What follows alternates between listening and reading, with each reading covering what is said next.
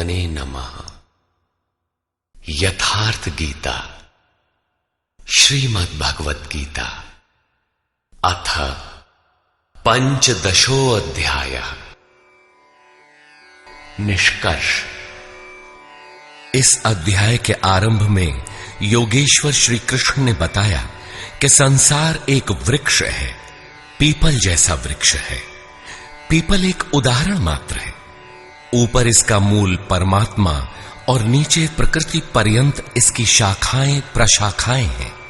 जो इस वृक्ष को मूल सहित विदित कर लेता है वह वेदों का ज्ञाता है।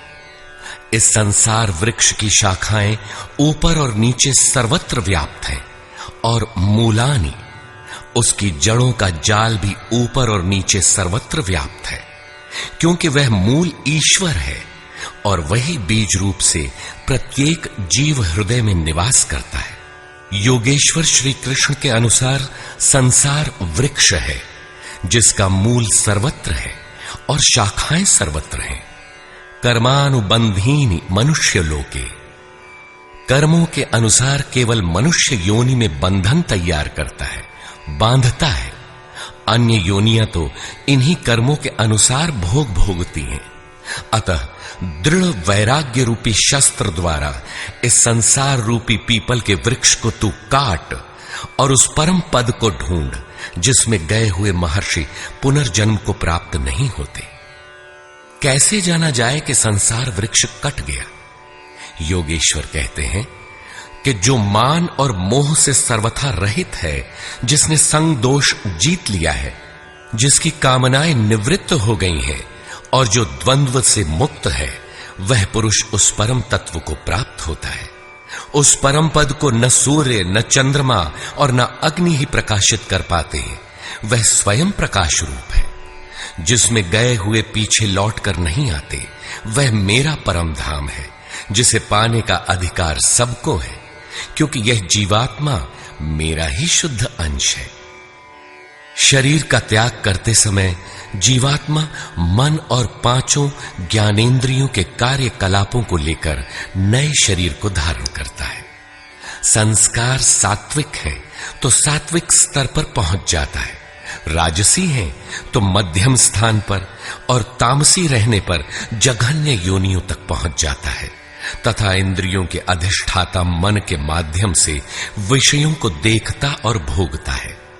यह दिखाई नहीं पड़ता, इसे देखने की दृष्टि ज्ञान है।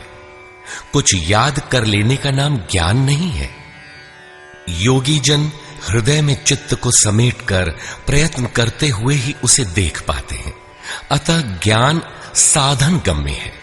हां, अध्ययन से उसके प्रति रुझान उत्पन्न होती है। संशय युक्त अकृतात्मा लोग प्रयत्न करते हुए भी उसे देख नहीं पाते। यहां प्राप्ति वाले स्थान का चित्रण है। अतः उस अवस्था की विभूतियों का प्रवाह स्वाभाविक है। उन पर प्रकाश डालते हुए योगेश्वर श्री कृष्ण कहते हैं कि सूर्य और चंद्रमा में मैं ही प्रकाश हूं, अग्नि में मैं ही तेज हूं, मैं ही प्रचंड अग्नि रूप से 4 विधियों से परिपक्व होने वाले अन्न को पचाता हूं। श्री कृष्ण के शब्दों में अन्न एकमात्र ब्रह्म है। अन्नम ब्रह्मेति व्यजानात्, जिसे प्राप्त कर यह आत्मा तृप्त हो जाती है।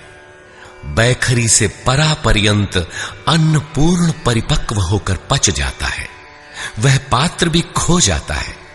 इस अन्न को मैं ही पचाता हूं, अर्थात सद्गुरु जब तक रथी न हो तब तक यह उपलब्धि नहीं होती।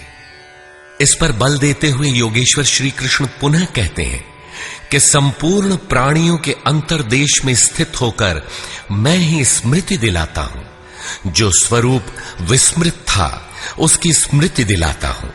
स्मृति के साथ मिलने वाला ज्ञान भी मैं ही हूं। उसमें आने वाली बाधाओं का निदान भी मुझसे होता है। मैं ही जानने योग्य हूं और विदित हो जाने के बाद जानकारी का अंत करता भी मैं ही हूं। कौन किसे जाने? मैं वेदविद हूं। अध्याय के प्रारंभ में कहा, जो संसार वृक्ष को मूल सहित जानता है वह वेदविद है। किंतु उसको काटने वाला ही जानता है। यहां कहते हैं मैं भी वेदविद हूं, उन वेदविदों में अपनी भी गणना करते हैं।